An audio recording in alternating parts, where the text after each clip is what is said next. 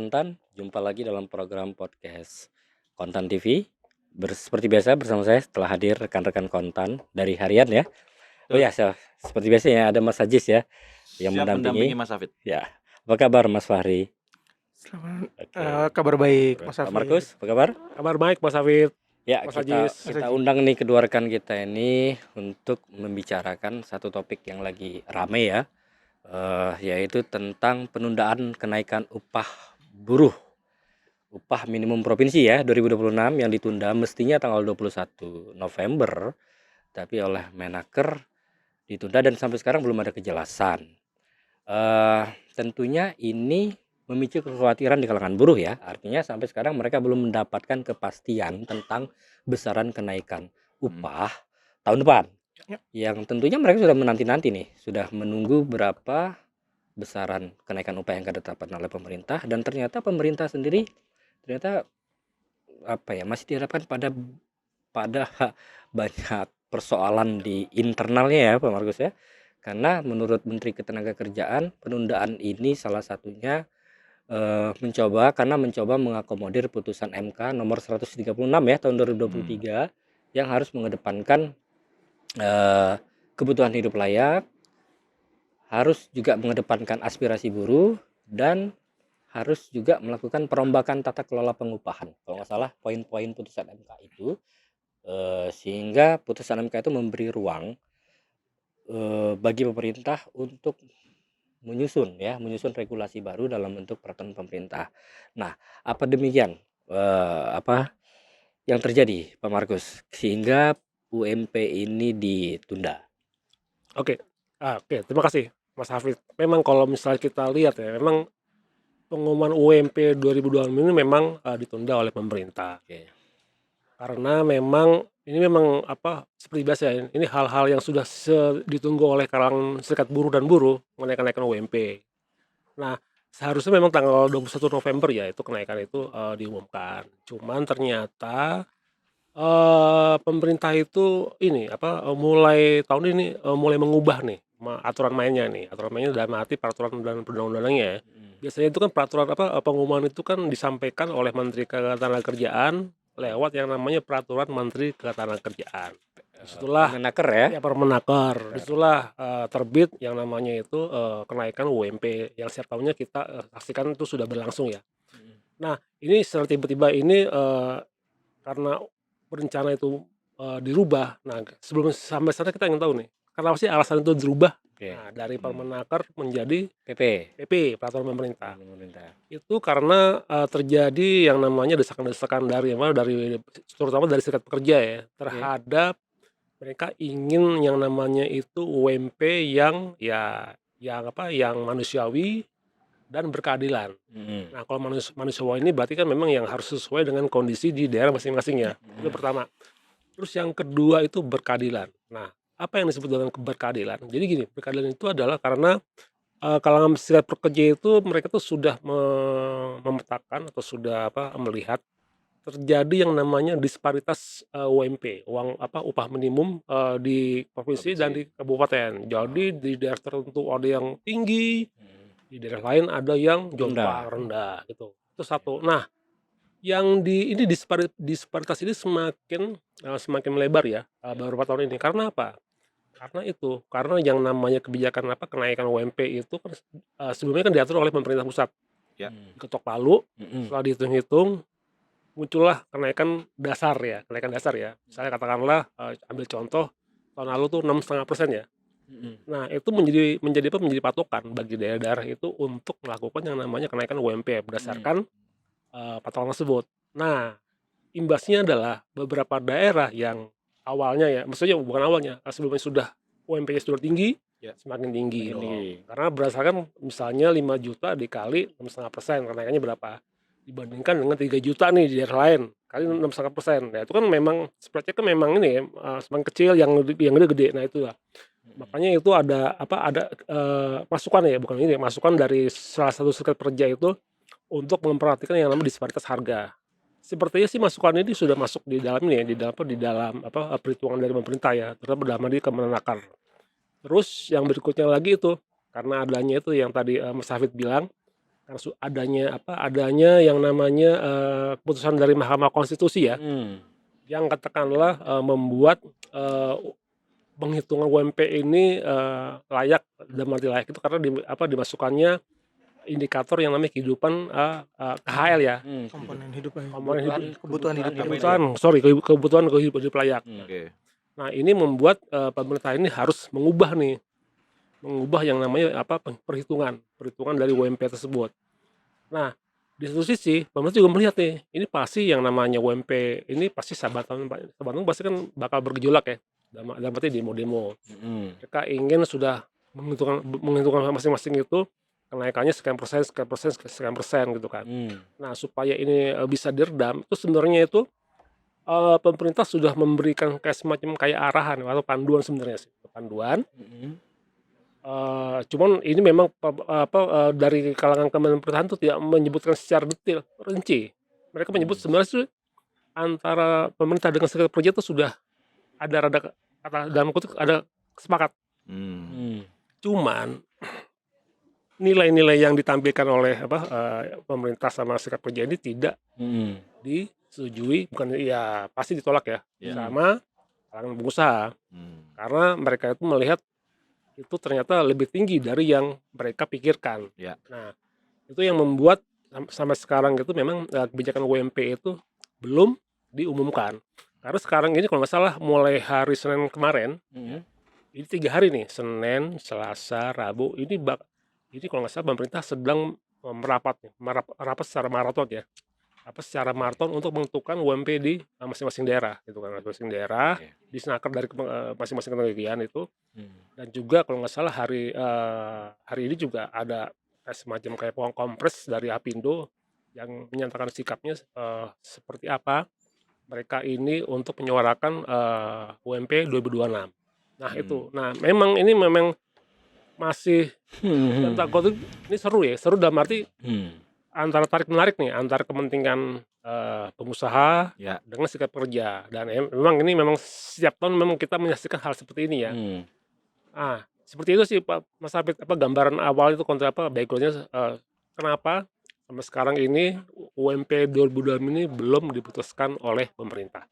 Ya, sebenarnya yang menjadi persoalan tuh gini. Artinya ketika ini belum ada kepastian,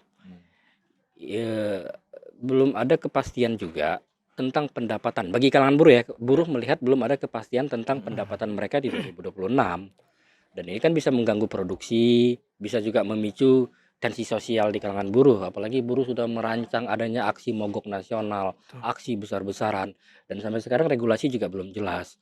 Nah, yang menjadi kekhawatiran kalangan buruh ketika aturan belum final, berlarut-larut dengan berbagai dalih yang tadi dijelaskan, akan muncul nih, disinyalir muncul intervensi kepentingan. Ada kan selalu loh, dalam pembahasan upah buruh itu ada banyak kepentingan yang masuk. Kepentingan atas nama kepentingan investasi. Dalam tanda kutip kepentingan pengusaha. Sponsornya siapa? Apindo misalnya, Asosiasi Pengusaha Indonesia. Udah otomatis kan kutubnya berseberangan dengan kutub pekerja. Mereka menginginkan upah murah, pekerja menginginkan upah tinggi. Rekomendasi KSPI kan kenaikan upah 2026 itu 8,5% sampai 10,5%. Nah, yang menjadi agak bingung buat kita ini, sebenarnya putusan MK tidak merekomendasikan harus terbit regulasi baru berbentuk peraturan pemerintah. Oke, MK misalnya merekomendasikan harus menekankan aspek kebutuhan hidup layak sebagai komponen penghitung kenaikan upah 2026.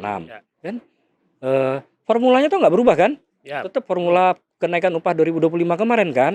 Ya paling ngutak-ngatik KHL itu kan di koefisien itu kan, alfa ya, di besaran alfa. Lalu kenapa seolah-olah ini Menteri Tenaga Kerja lepas tangan? Lepas tangan tidak lagi menetapkan kenaikan upah dalam bentuk peraturan Menteri Ketenagakerjaan Permenaker, tapi dalam bentuk PP. Dari PP juga dia kalau nggak salah tidak menyantumkan angka ya. Beda dengan kemarin di Permenaker itu disebut angka misalnya rekomendasi kenaikan UMP 2025 6,5%. Itu pun sebenarnya tidak wajib loh dipatuhi tiap daerah. Itu hanya angka acuan, rekomendasi dari pusat yang menjadi acuan bagi daerah untuk menetapkan besaran kenaikan UMP 2025 kan. Hanya acuan sifatnya. kalau misalnya dalihnya ingin agar tidak ada disparitas Ya. atau disparitas itu menjadi semakin menipis, berkurang gitu kan antar daerah. Toh misalnya tetap formula Permenaker menyebut persentase angka, toh daerah juga tidak sepenuhnya mutlak wajib mengacu kepada angka itu. Ya. Nah sebenarnya apa yang terjadi? Apakah benar Pak Markus? Ini karena Menteri Tenaga Kerjanya seolah-olah pengen lepas tangan, tidak ingin kementeriannya dijadikan satu-satunya pihak yang menentukan. yang kemudian didemo habis-habisan Demo oleh habis. buruh nih kalau misalnya angkanya terlalu kecil tidak sesuai harapan. Lalu dia berlindung di balik regulasi yang lebih tinggi dari dia, peraturan pemerintah. Ya kan? Dengan mengatasnamakan dengan mengatasnamakan ada putusan MK yang harus dipatuhi. Kan? Apakah seperti itu? Oke. Memang ini kalau pernyataan ini memang menarik ya, karena yang kita tahu ya, kan namanya Kementerian Ketenagakerjaan. Sudah jelas ya, siapa yang diurus? Tenaga kerja. Tenaga kerja. Berarti dengan begitu harusnya, bukan harusnya ya, memang sudah harusnya dan seutamanya itu Kementerian Ketenagakerjaan itu memang harus mengelola yang namanya tenaga kerja Indonesia, iya kan? Dan memihak tenaga kerja Indonesia. Nah, mulai dari kan memang kalau di situ ada yang namanya pemberdayaan segala macamnya, termasuk juga dalam upah gitu kan. Harusnya mereka itu sudah katakanlah mengakomodir ya apa-apa yang dituntut oleh serikat pekerja. Cuman ini nih, tadi yang disebutin oleh Mas Habib itu benar, ada benar juga tuh. Yang namanya upah ini kan penuh dengan yang namanya kepentingan ya. Kepentingan itu banyak banget. Apakah jadi kita tuh ada yang disebut ada ke upah yang layak sama upah yang murah gitu kan. Nah, ini kita tahu lah siapa masing-masing pihak ini yang berada di kedua belah pihak ini. Dugaan kita gitu ya, bahwa kenapa ini katakanlah peraturan itu dinaikkan derajatnya dari peraturan Menteri Kerjaan menjadi peraturan pemerintah nanti PP ya. Itu karena itu untuk mengakomodir masing-masing pihak. Dalam arti ini adalah serikat pekerja, buruh dengan pengusaha.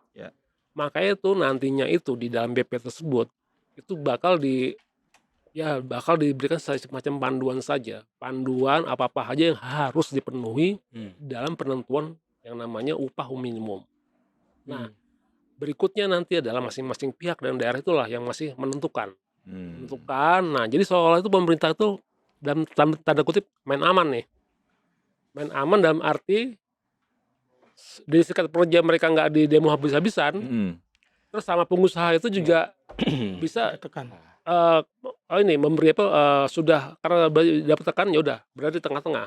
Nah itu, inilah yang membuat sampai sekarang itu yang tadi saya sampaikan itu masih perlu digodok nih. Minggu ini adalah minggu krusial nih dalam menentukan seperti apa nanti bentuk PP-nya itu. Nah, konten juga sangat menantikan nih seperti apa dibentuknya nih. Karena ini benar-benar nih sangat menarik perhatian dari semua kalangan. Nggak hanya juga serikat pekerja, juga industri. Memang kalau dari yang kita sampaikan yang kita dapatkan ya, sebenarnya sudah ada kayak semacam spill tipis-tipis ya. Berapa sih sebenarnya sih kenaikan UMP tahun 2026? Itu yang pasti lebih dari 6,5%. Lebih dari 6,5%. Nah, itu bisa katakan tuh mungkin yang diakomodir oleh buruh tuh mungkin bisa menjadi suatu masukan. Masuknya ketetapan pemerintah ya. Misalnya sebutnya angkanya 8,5%. Atau bisa juga 7,5%. Nah, ini angka-angka ini ya perkiraan kami ya itu yang bakal menjadi dalam tanda kutip itu adalah nilai aman bagi kedua pihak untuk bisa menerimanya. Karena jangan lupa ya, UMP tahun 2026 itu ada yang namanya itu loh diskresi dari pemerintah. Dalam arti adalah Presiden Prabowo. Tahun lalu ya. Hak veto ya. Hak veto ya. Dia bentukan 6,5%. 6,5% ya. Karena itu memang tuntutan buruh di tahun 2025 ya. Nah, kalau gitu yang 2026 hak veto itu berarti nggak berlaku karena pusat kan nggak mengeluarkan angka. Bisa jadi ini juga ada juga yang dalam tanda kutip ya, karena mungkin kita belum dapat updatean terbaru dari istana ya. Yang pasti adalah waktu itu ada pernyataan dari Prabowo bahwa memang mereka tuh istana menginginkan bahwa kenaikan UMP ini harus memperhatikan buruh. Ya. Nah, dari situ kan kita sudah melihat ya bahwa memang naga-naganya itu memang pemerintah berkeinginan udahlah untuk yang UMP ini harus bisa mengakomodir keinginan buruh. Cuma lagi-lagi nih sekarang ini kan yang namanya pengusaha kan dia kan memang Betul. nggak mau menerima begitu aja kan. Ya.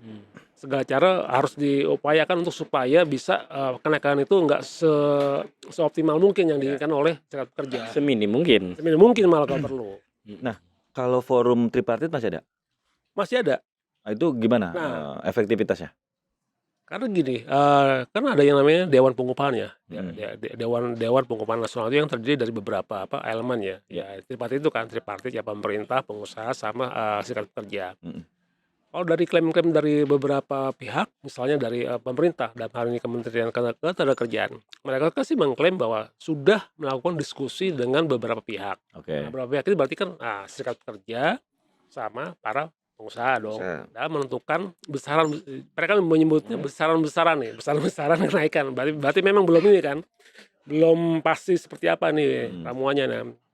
Nah, Berarti ini proses itu sudah dijalankan ya sama mereka ya? sudah, saya sudah, karena ya, harusnya sudah ya, karena kan awalnya kan mau diputuskan kan tanggal 21 November kemarin kan. Nah, kira-kira berarti di PP-nya itu tidak akan menyebutkan angka atau nanti diminta untuk Pemda membuat perda sendiri?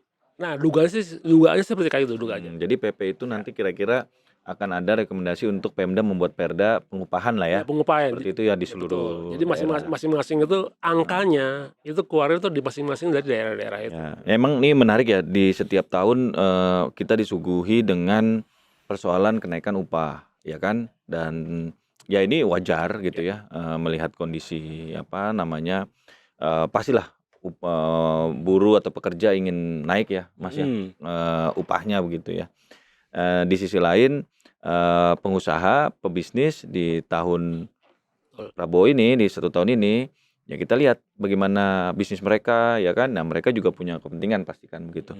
Nah, Mas Fahri, ini melihat dua kutub ini yang berbeda. Satu sisi kita juga perlu melihat kondisi ekonomi seperti apa, pengusaha seperti apa, kemudian juga pekerja seperti apa gitu. Nah, pemerintah sendiri tadi Mas Hafid bilang Kemenaker lepas tangan. Nah, pemerintah juga udah nggak mau lagi tuh mengurusi soal hal-hal yang berbau konflik sosial nih. Ini kan pasti nanti jadi demo-demo di mana-mana gitu ya soal upah ini. Ini seperti apa nih Mas Fahri? Ya, sebenarnya kalau masalah upah ini kan sebenarnya sudah dari berpuluh-puluh tahun ya, berjalan seperti ini. Jadi memang setiap tahun, bahkan beberapa pihak dulu mengusulkan bahwa upah minimum itu dari kalangan pengusaha ya terutama ya, untuk menghindari konflik lebih baik ditetapkan 2 tahun sekali gitu. Oh, pernah itu ya? Pernah ada ya, itu ya? cuma ya itu kan ditolak sama serikat buruh kan gitu loh. Nah, cuma yang jadi catatan konten itu sebenarnya memang penetapan upah ini selalu menimbulkan gejolak ekonomi ya. Jadi maksudnya ya ada konflik, lalu permintaan dari, jadi mereka tuh udah menebar angka gitu loh. Jadi saling mengklaim lah istilahnya. Ya kan, pengusaha mengklaim bahwa ekonomi kurang stabil. Pekerja bilang inflasi tinggi, mereka harus mengejar kesejahteraan dengan itu. Nah, tapi di satu sisi pemerintah ini kerap kali terkesan sulit mengimbangi keduanya gitu loh. Ya kan, jadi mereka ketika membuat regulasi, memang kalau aturannya memang udah ada kan ya, dari Cipta Kerja itu memang sudah menengahi bahwa upah minimum itu memang sudah ada aturannya. Cuma kan sebenarnya masalah pekerja itu kan bukan cuma upah minimum. Upah minimum itu adalah pekerja yang di bawah 1 tahun kan sebenarnya kan. Nah, sedangkan kan mayoritas pekerja itu sebenarnya udah yang kerjanya udah di atas 1 tahun sebenarnya kan. Dan itu kita selalu meributkan adalah upah untuk pekerja yang baru gitu loh. Jadi nah, sebenarnya yang krusial itu sebenarnya. Tapi saya potong sebentar. Dengan sebenarnya dengan naiknya itu sebenarnya yang kerja sudah lebih dari 1 tahun itu sebenarnya diharapkan juga naikkan sebenarnya. Itu sebenarnya ininya. Nah, sebenarnya dari pengusaha itu berulang kali bilang ketika mereka berbicara soal upah minimum, ya kan. Tapi dari mereka pasti mintanya pasti yang serendah mungkin ya, Ya. kalau dari ini. Pasti, Nah, betul. dari pekerja sendiri memang berulang kali serikat pekerja juga mengingatkan bahwa upah minimum memang untuk kalangan pekerja yang bekerja di bawah 1 tahun gitu. Makanya mereka minta ke pemerintah itu membuat aturan soal struktur upah. Oke. Jadi maksudnya adalah bagaimana yang pekerja di atas 2 tahun, dan mereka kan juga kan kepastian selain kenaikan upah, mereka kan juga deg-degan soal apakah PHK nggak gitu loh. Nah, itu dia. Nah itu kan sebenarnya juga ada di satu sisi seperti itu, dan ancaman dari kalangan pengusaha juga berulang kali kan ketika upah tinggi adalah mereka melakukan otomatisasi, melakukan rasionalisasi, ya kan. Ya. Nah, ini Mas Fahri, setiap tahun kenaikan upah terjadi. Ya. Tapi di realitanya banyak juga perusahaan yang tidak memenuhi Betul. UMP tersebut. Betul. Nah, itu juga kita nggak pernah mendengar apakah pemerintah tegas dalam hal ya istilahnya aturan ini harus dijalankan. Betul. Nah, kenyataannya banyak perusahaan yang tidak bisa memenuhi UMP tersebut. Betul. Nah, ini kan fenomena yang di lapangan terjadi, betul ya? Betul. Jadi memang kalau dari serikat pekerja memang kan sering menampung ya aspirasi dari pekerjanya, dari kalangan pekerja, bahwa upah mereka itu nggak nyampe dari UMP yang ditetapkan gitu. Setiap tahun selalu begitu. Setiap tahun selalu begitu. Jadi gitu. Dan beberapa perusahaan merasa kan mereka bisa menangguhkan upah ketika mereka menganggap bahwa perusahaan mereka tidak mampu menaikkan upah dan kondisinya memang mereka merugi. Itu kan bisa mereka melakukan penangguhan upah. Dan itu kerap dijadikan celah oleh pelaku usaha untuk tidak membayar, tidak menaikkan upahnya Tidak gitu menaikkan loh. upah. Iya, jadi itu memang jadi ironi ya istilahnya ya. Jadi satu sisi sudah ada aturan soal kenaikan upah. Ya. Lalu ngelihat industrinya, mungkin industrinya kan beberapa ada industri unggulan ya istilahnya, industri yang memang pertumbuhannya juga cukup pesat dan jumlah pekerjaannya cukup banyak. Nah itu seringkali mereka mengklaim bahwa kondisi ekonominya tidak baik, kondisi industrinya juga memang sedang melemah. Nah, ini Dan peran hasilnya- pemerintah ini kan harusnya di situ ya, pengawasan ya Mas Ya, Hafid ya. betul. Ketika ya sekarang melepas, kemudian Pemda setiap tahun kita menaikkan, tapi tidak ada pengawasan terhadap perusahaan tersebut yang menangguhkan. Ya, kalau UMP, untuk dalam pembahasan kenaikan upah sebenarnya pemerintah itu mediator ya, Betul. kan dalam hubungan tripartit itu ya. Artinya Regulator dia, juga, mediator dan regulator. Dan Kemenaker itu kan punya direktorat pengawasan. Ya, Mm. ada direktur jenderalnya. dan Betul. dan Kemenaker tuh bertanggung jawab loh terhadap ketika satu perusahaan tidak membayarkan upah sesuai dengan ketentuan gitu. Nah, cuman sekarang yang menjadi ya itu kembali ke topik pembahasan di awal, yang menjadi problem saat ini adalah penundaan keputusan kenaikan UMP ini ya. Karena artinya gini, yang dilakukan Kemenaker sekarang ini benar-benar merubah Paradigma frontal ya, aturan main, mekanisme, kebiasaan, regulasi sampai dia rubah. Yang biasanya setiap tahun tanggal 21 November itu udah keluar angka loh. Nah, sekarang malah Karena itu penting, artinya penting ditetapkan sejak awal karena pelaku bisnis itu juga menjadi acuan dia untuk menyusun rencana anggaran betul, kerja tahun kan. 2026. Iya, tahun 2026. Dan ini imbasnya ini loh bisa ke belakang karena kan penetapan upah di daerah kan butuh waktu juga kan. Daerah belum lagi kan. Iya. Artinya daerah butuh waktu lagi.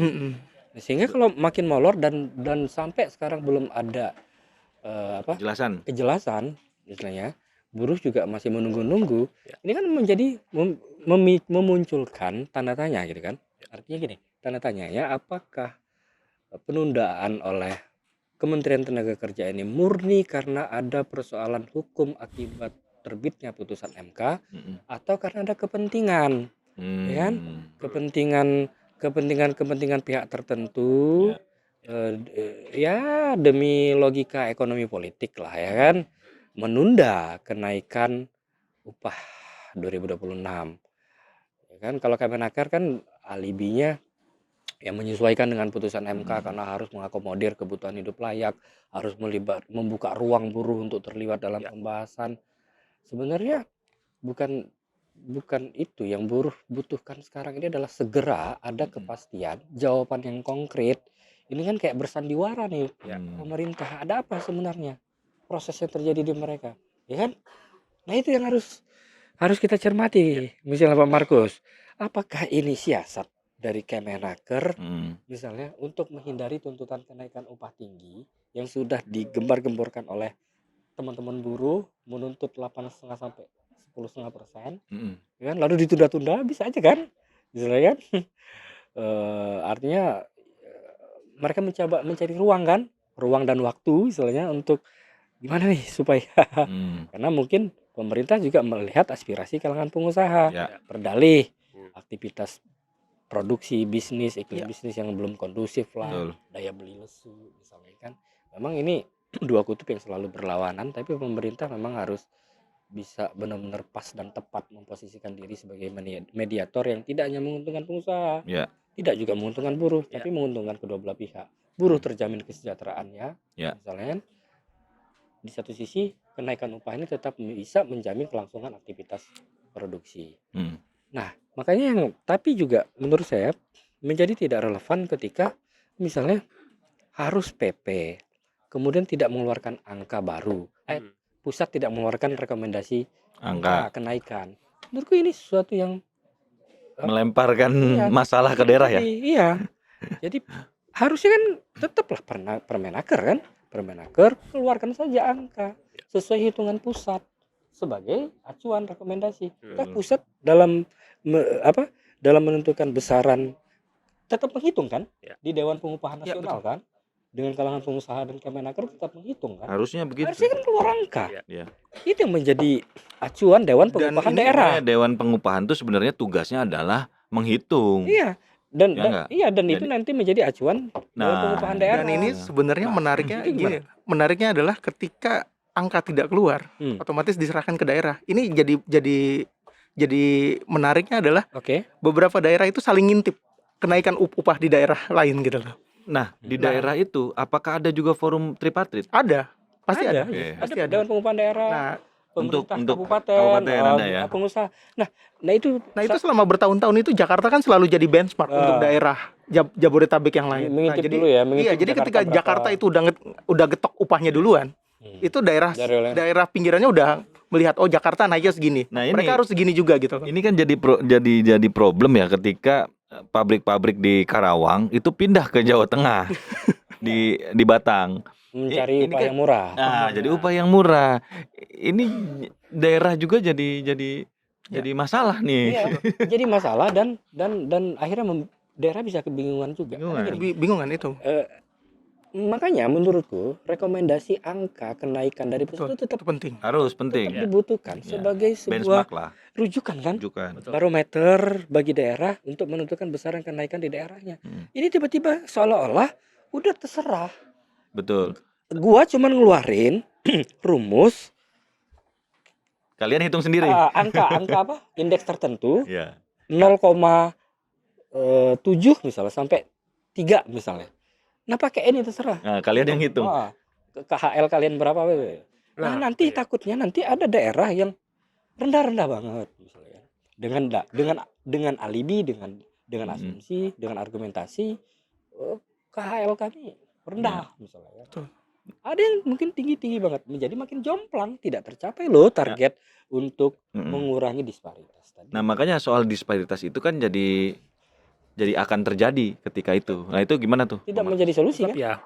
Jadi gini, memang yang namanya disparitas memang sudah ada. Iya. Sudah ada dan sudah bertahun-tahun. Makanya gitu. Nah, sebenarnya sih gini, tadi yang disampaikan oleh Mas Apa itu benar.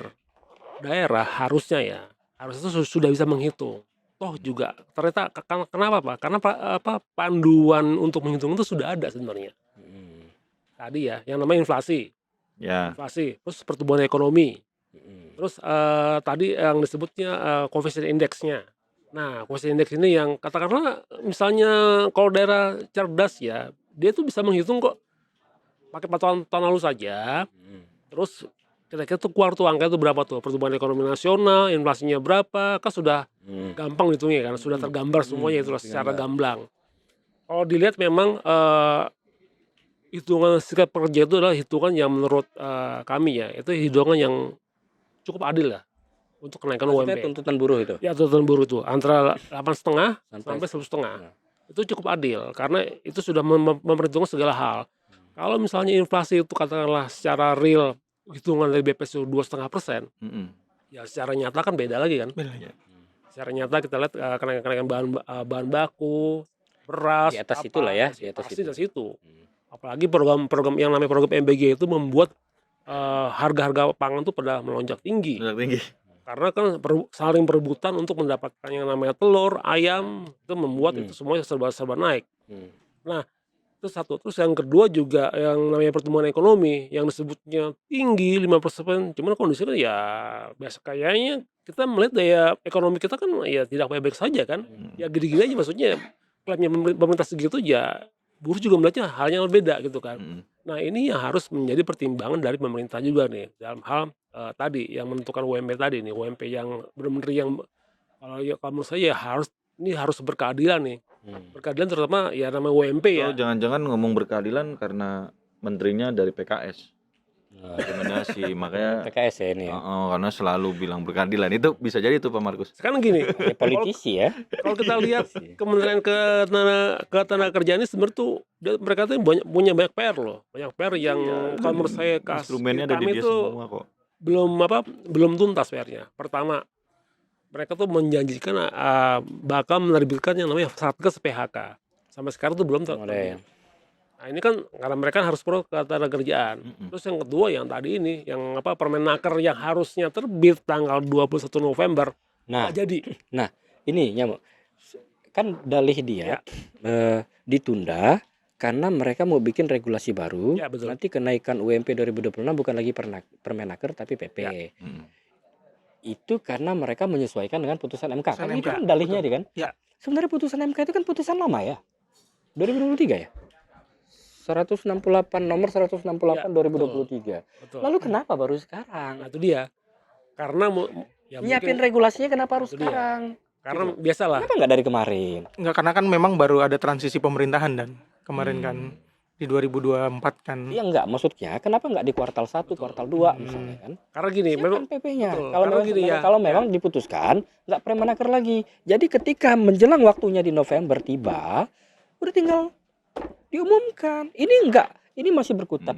Nyusun regulasi dulu lah, ya kan? Nyusun PP-nya. Dalihan begitu kan? Nanti rumusnya juga masih diutak-atik karena memasukkan komponen kebutuhan hidup layak. Atau jangan-jangan isinya sebenarnya isi Permenaker tapi tingkatan belit atau aturannya yang dinaikin mungkin. Isinya mungkin sama, Mas. Karena gini Ya, tapi kita belum lihat kan? Betul. Udah ada yang tahu soal draftnya itu. belum memang. Karena Karena lama lagi tuh.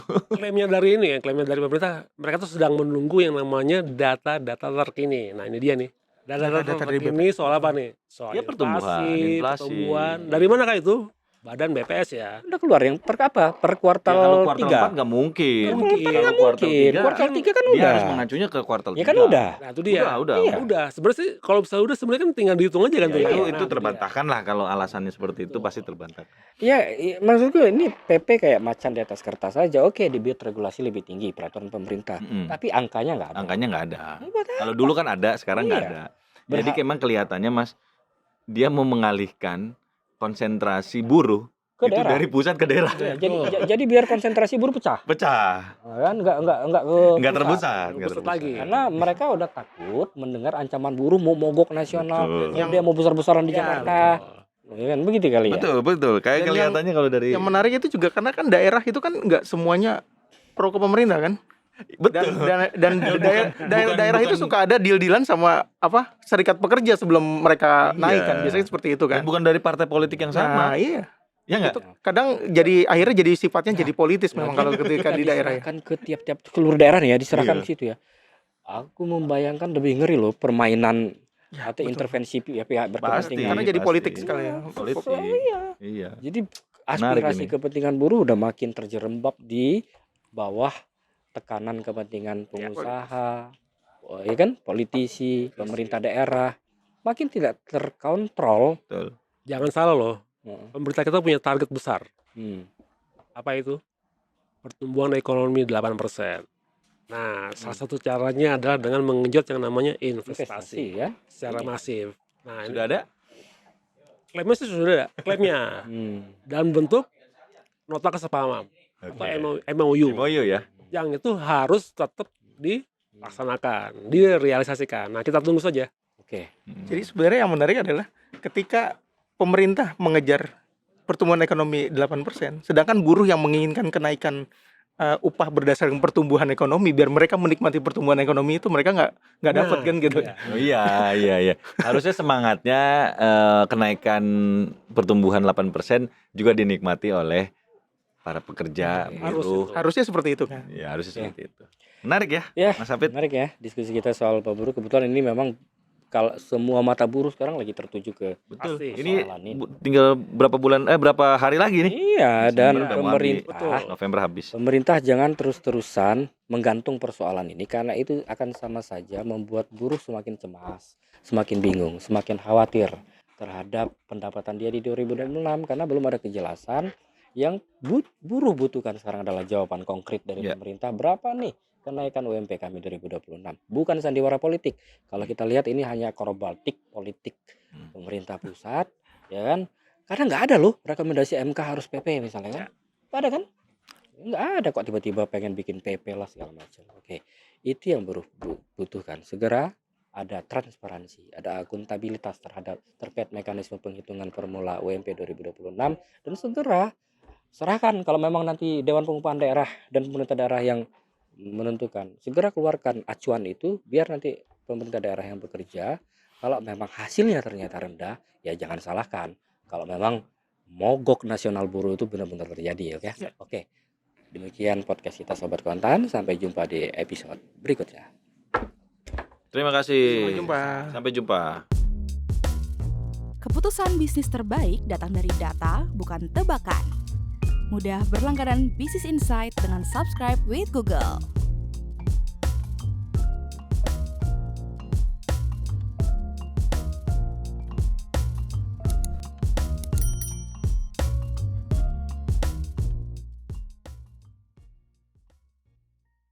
Download aplikasi Kontan sekarang di App Store atau Play Store.